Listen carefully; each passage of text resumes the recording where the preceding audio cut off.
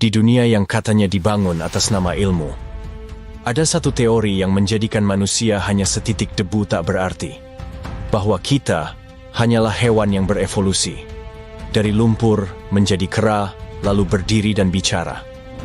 Inilah warisan dari satu nama, Charles Darwin. Namanya diagungkan, teorinya disembah. Tapi di balik teori itu, tersimpan pertanyaan besar yang tak pernah terjawab. Siapa sebenarnya kita? Dan mengapa kita ada? Apakah hidup hanyalah kebetulan? Atau ada kekuatan agung yang menciptakan kita dengan maksud yang dalam? Teori boleh hebat, tapi kebenaran tidak butuh disembunyikan di balik jargon ilmiah. Inilah kisah tentang pencarian kebenaran, antara ilmu dan iman, antara ego manusia dan cahaya Tuhan. Bersiaplah, karena apa yang akan kamu dengar bisa mengubah cara pandangmu tentang hidup selamanya. Pernahkah kita bertanya, mengapa hari ini, di era modern, sebagian manusia begitu yakin bahwa Tuhan itu tidak ada? Apa yang membuat sebagian ilmuwan, yang katanya berpijak pada logika dan fakta, malah memilih untuk menolak keberadaan Allah Azza wa Jalla? Satu nama sering disebut-sebut sebagai ikon dari keyakinan ini, Charles Darwin. Sosok yang dikenal sebagai pencetus teori evolusi, yang konon menjelaskan asal-usul manusia, tanpa melibatkan Tuhan sama sekali. Tapi, benarkah ilmuwan ini hanya bicara soal ilmu?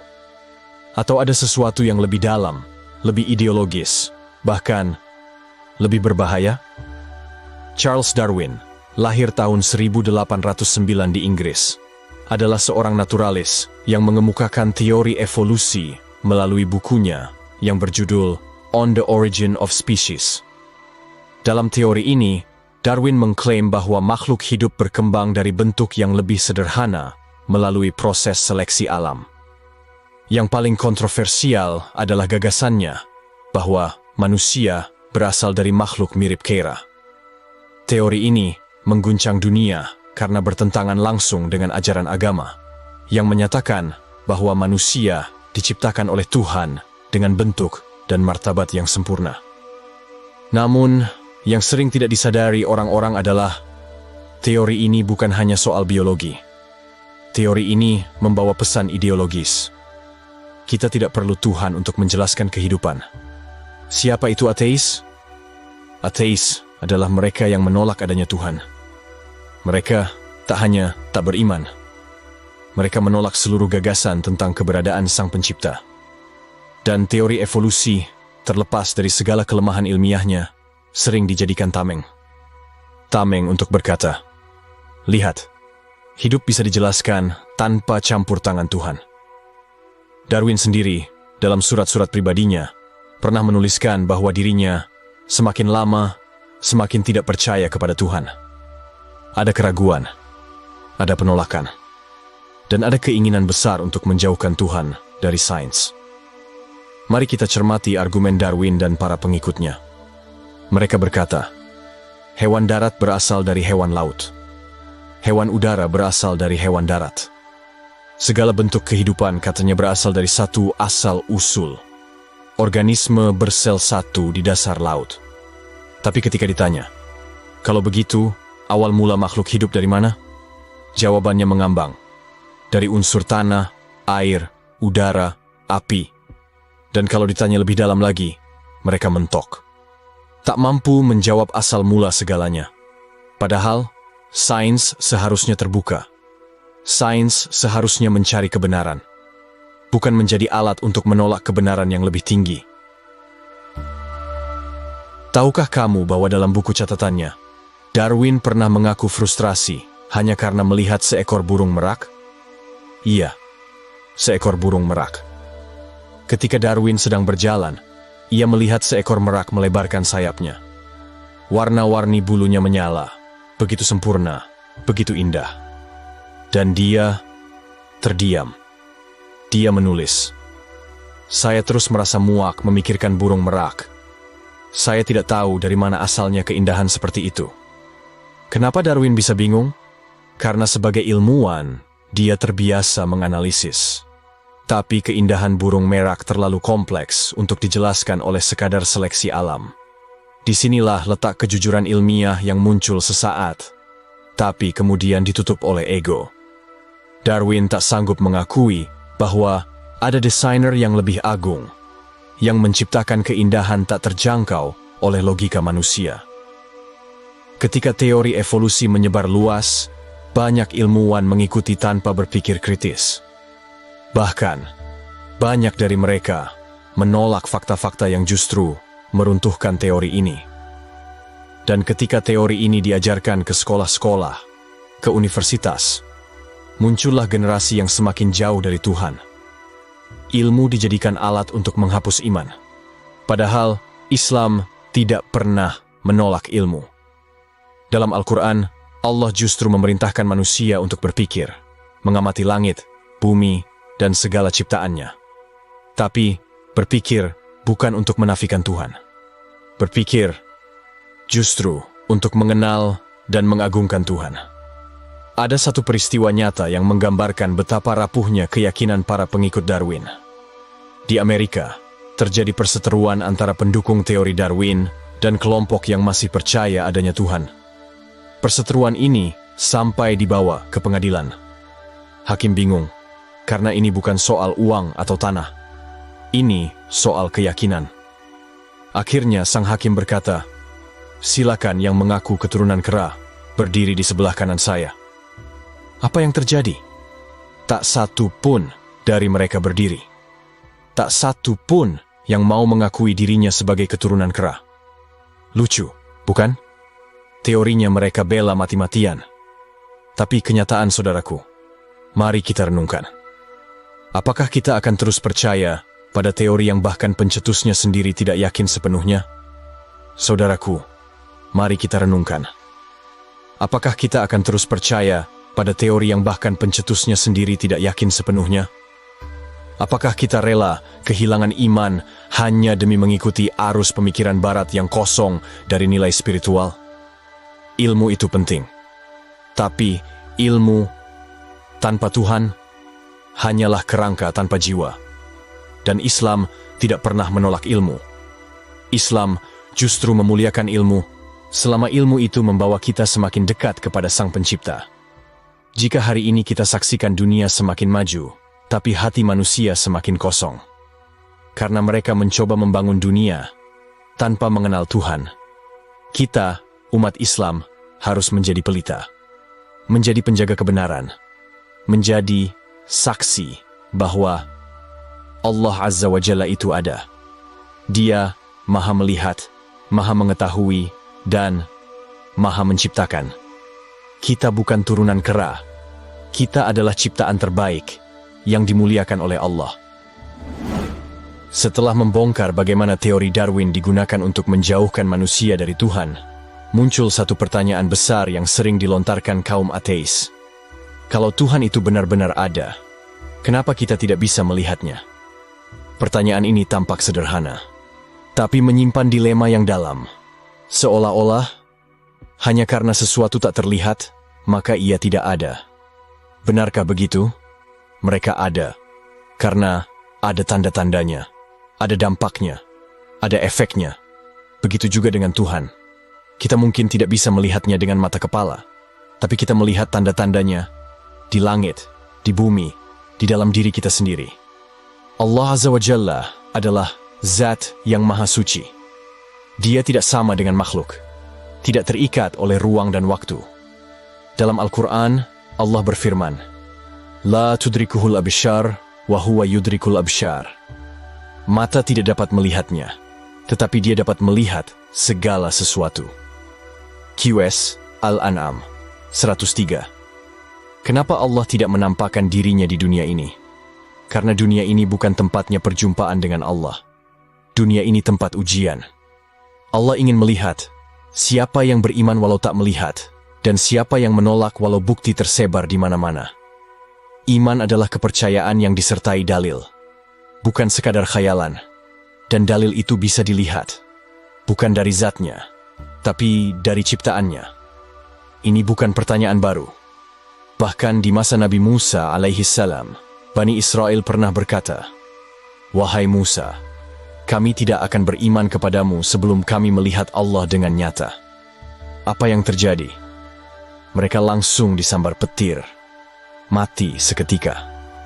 Allah ingin mengajarkan bahwa manusia tidak akan sanggup melihat zatnya di dunia ini, karena penglihatan manusia terbatas. Kita kembali sejenak ke kisah Charles Darwin.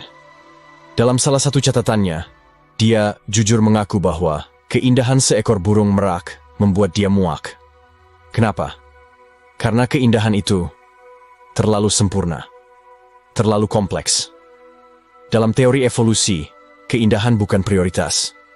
Yang penting adalah bertahan hidup. Tapi merak tidak perlu warna-warni untuk bertahan hidup. Keindahannya adalah simbol estetika, bukan alat pertahanan. Dan disinilah Darwin bingung. Dia berkata, "Saya tidak dapat memahami mengapa bulu burung merah membuat saya sakit. Saya tak sanggup memahami dari mana asal keindahan bulu merah." Kenapa Darwin bingung? Karena keindahan yang sejati tak lahir dari kebetulan. Ia lahir dari desainer agung, Allah Azza wa Jalla. Coba perhatikan keteraturan alam. Matahari selalu terbit dari timur, air laut pasang surut dalam ritme tertentu. Tumbuhan tumbuh dari biji, bukan dari batu, manusia lahir dari rahim, bukan dari kayu. Semua berjalan sesuai aturan. Dan hukum alam tidak mungkin muncul dari kekacauan. Setiap aturan menunjukkan adanya pembuat aturan. Apakah gravitasi, rotasi bumi, susunan atom terjadi begitu saja? Mustahil. Mustahil semua keteraturan ini muncul tanpa kehendak, tanpa desain, tanpa Tuhan.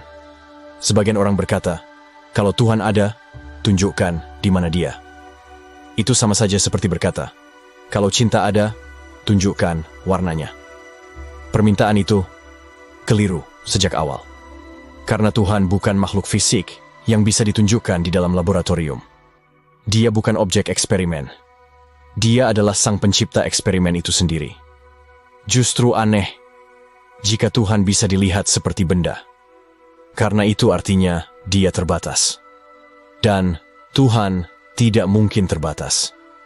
Beberapa ilmuwan jujur pernah berkata, semakin saya mendalami fisika, semakin saya yakin bahwa alam semesta ini diciptakan. Roger Penrose, ilmuwan ternama, berkata, satu semesta seperti kita adalah hasil dari kemungkinan 1 banding triliunan. Dan itu tak mungkin terjadi tanpa perencanaan. Ini bukan ustaz, bukan pendeta. Ini ilmuwan yang berani jujur bahwa teori tanpa Tuhan itu tidak logis. Kalau kita masih ragu akan keberadaan Allah, lihatlah diri sendiri.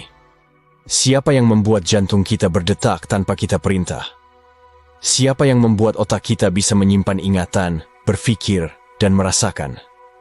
Siapa yang memberi kita hati yang bisa merasa cinta, takut, harap?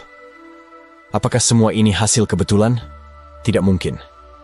Dalam Al-Quran, Allah berfirman, dan pada diri kalian sendiri, apakah kalian tidak memperhatikan? QS Az-Zariyat 21. Allah tidak bisa dilihat di dunia, tapi kelak di akhirat, bagi mereka yang beriman dan masuk surga, Allah akan memperlihatkan dirinya. Itulah kenikmatan tertinggi di surga. Bukan hanya sungai susu, bukan hanya istana emas, tapi bertemu Allah, melihat wajahnya yang mulia. Di dunia, kita diuji. Di akhirat, kita diberi balasan. Maka jangan jadikan keterbatasan penglihatan kita sebagai alasan untuk menolak Tuhan. Setelah kita membahas siapa Darwin, mengapa ia menolak keberadaan Tuhan, dan kenapa Allah tidak terlihat di dunia, kini saatnya kita membongkar lebih dalam. Apakah teori evolusi benar-benar ilmiah, atau hanya sekadar ilusi yang dibungkus sains? Bagian 1. Apa itu teori evolusi? Singkat dan tajam. Teori evolusi menyatakan bahwa semua makhluk hidup berasal dari satu nenek moyang bersama. Manusia katanya berasal dari makhluk mirip kera. Makhluk darat berasal dari makhluk laut. Makhluk udara berasal dari makhluk darat. Proses ini katanya terjadi selama jutaan tahun, melalui seleksi alam, mutasi genetik, dan survival of the fittest. Tapi pertanyaannya, apakah itu fakta? Atau hanya dugaan panjang tak berujung? Mari kita perjelas. Teori itu artinya belum pasti. Beda dengan hukum. Hukum gravitasi itu fakta, karena bisa diuji dan dibuktikan berulang kali. Tapi teori evolusi penuh celah, penuh lubang. Bahkan banyak ilmuwan sekarang meragukannya. Bukti-bukti fosil seringkali justru menunjukkan makhluk hidup yang tiba-tiba muncul utuh, bukan bertahap. Contoh, fosil trilobita, makhluk laut purba. Tiba-tiba muncul di lapisan paling tua, dengan mata majemuk, kompleks. Dari mana asalnya? Kok langsung rumit? Ini disebut Cambrian Explosion. Ledakan kehidupan tiba-tiba, tanpa bentuk transisi. Kalau evolusi itu benar, seharusnya ada makhluk setengah ikan, setengah darat, setengah kera, setengah manusia. Mana buktinya? Tahukah kamu, banyak fosil transisi yang diajarkan di sekolah ternyata dipalsukan? Contoh, Piltdown Man, katanya manusia purba. Ternyata tengkorak manusia dicampur rahang orangutan. Archaeoraptor, katanya fosil burung transisi. Ternyata potongan fosil burung plus reptil yang dilem jadi satu. Dan anehnya, kebohongan ini dipertahankan bertahun-tahun di buku pelajaran. Kenapa bisa begitu? Karena ini bukan soal ilmu lagi, tapi soal agenda. Charles Darwin mungkin awalnya hanya ingin menjelaskan keragaman makhluk. Tapi murid-muridnya, seperti Thomas Huxley, Richard Dawkins, dan lainnya, menggunakan teori ini sebagai senjata untuk menolak agama. Richard Dawkins pernah berkata, Darwin membuat ateisme menjadi intelektual yang bisa diterima. Artinya apa? Tanpa teori ini, mereka kesulitan menolak Tuhan secara ilmiah. Maka dibuatlah evolusi sebagai agama baru. Agama tanpa Tuhan. Tapi tetap punya nabi, Darwin, kitab, Origin of Species, dan dakwah, sekolah-sekolah. Ketika manusia diajarkan bahwa dirinya berasal dari kera, maka hilanglah kehormatan. Mereka jadi merasa, kita cuma binatang yang berevolusi. Akhirnya, seks bebas dianggap wajar, karena hewan juga begitu. Bunuh-membunuh dibenarkan, karena yang kuat harus menang. Hidup tanpa tujuan, karena manusia dianggap produk kebetulan. Inilah dampak berbahaya dari teori ini terhadap moral manusia. Padahal dalam Islam, manusia adalah makhluk yang dimuliakan. Allah berfirman, sungguh, kami telah memuliakan anak Adam. QS Al-Isra 70. Bukan turunan kera, tapi makhluk terbaik yang ditiupkan ruh oleh Tuhan. Islam bukan musuh ilmu pengetahuan. Sejarah mencatat, ilmuwan besar seperti Ibnu Sina, Al-Khwarizmi, Al-Biruni, semua Muslim. Islam mendorong riset, eksperimen, dan kajian alam. Tapi, Islam juga memberi rambu.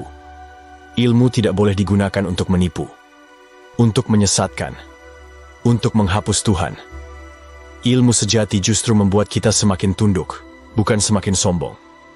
Islam menawarkan alternatif yang lebih logis dan bermartabat, yaitu bahwa manusia diciptakan langsung oleh Allah, bukan melalui proses kebetulan tanpa arah. Adam alaihissalam adalah manusia pertama. Allah ciptakan langsung dari tanah, tanpa evolusi, tanpa mutasi gen, tanpa keturunan kera. Ini bukan dogma kosong. Ini dijelaskan dalam kitab suci, dan tidak ada satupun bukti ilmiah yang benar-benar bisa membantahnya.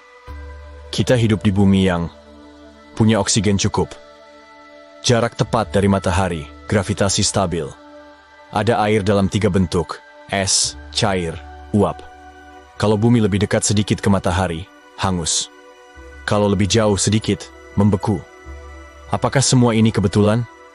NASA sendiri mengakui bahwa tidak ada planet lain yang punya kondisi seperti bumi. Dan ini menandakan bahwa kehidupan di bumi adalah spesial, dirancang, bukan acak. Teori yang rumit dan canggih belum tentu benar. Kadang, Justru, kesederhanaanlah yang menunjukkan kebenaran.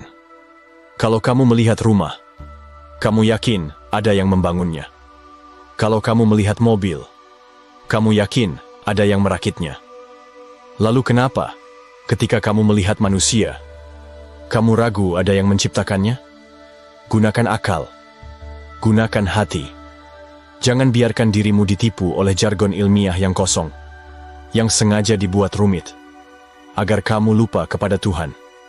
Teori Darwin telah meracuni dunia selama ratusan tahun, menurunkan derajat manusia, menghapus makna hidup, dan yang lebih berbahaya, menjauhkan manusia dari penciptanya.